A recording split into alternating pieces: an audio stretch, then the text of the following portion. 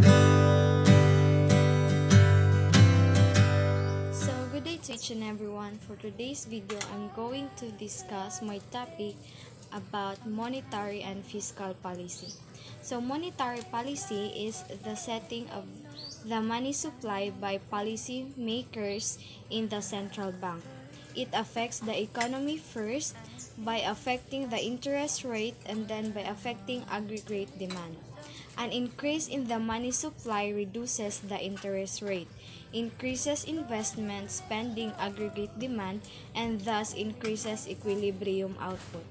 So money is the set of assets in an economy that people regularly use to buy goods and services from other people.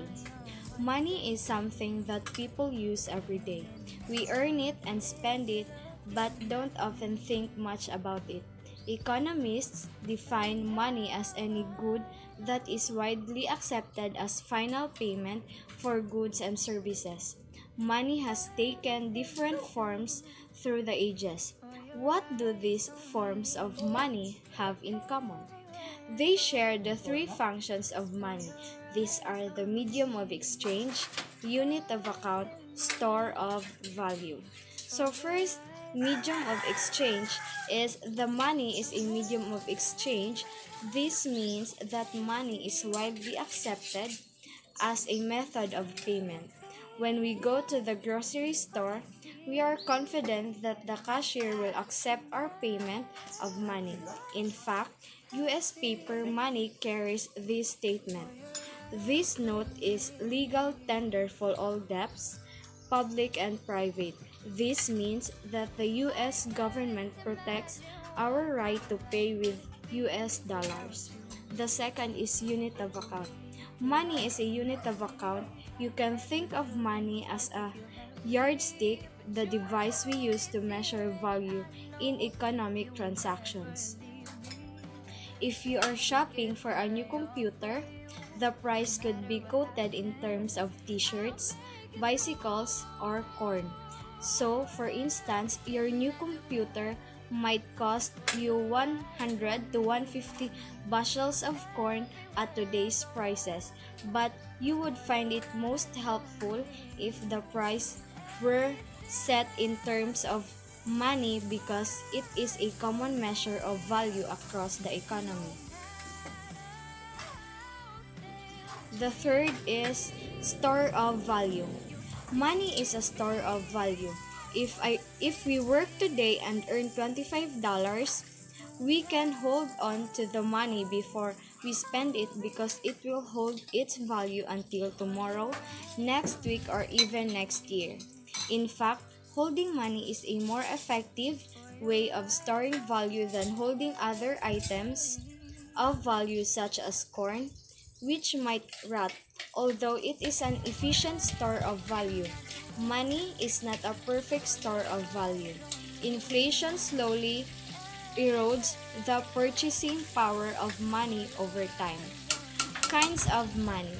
Commodity money is economists say that the invention of money belongs in the same category as the great inventions of ancient times such as the wheel and the inclined plane.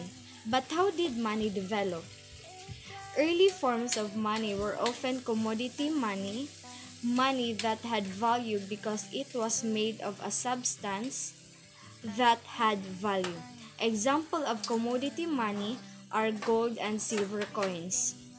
Gold coins were valuable because they could be used in exchange for other goods or services, but also because the gold itself was valued and had other use. Fiat money is a money that does not have intrinsic value and does not represent an asset in a vault somewhere. Its value comes from being declared as legal tender, an acceptable form of payment by the government of the issuing country.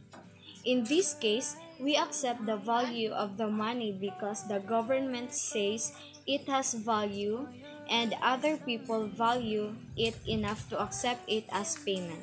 For example, we I accept we accept US dollars as income because we are confident that we will be able to exchange the dollar for goods and services at local stores because we know others will accept it. We are comfortable accepting it. US currency is fiat money. It is not a commodity with its own great value, and it does not represent gold or any other valuable commodity held in a vault somewhere. It is valued because it is legal tender and people have faith in its use as money. Types or forms of money. First is peso note. Composes our currency in circulation. The second is check, and the third is demand deposits or current accounts.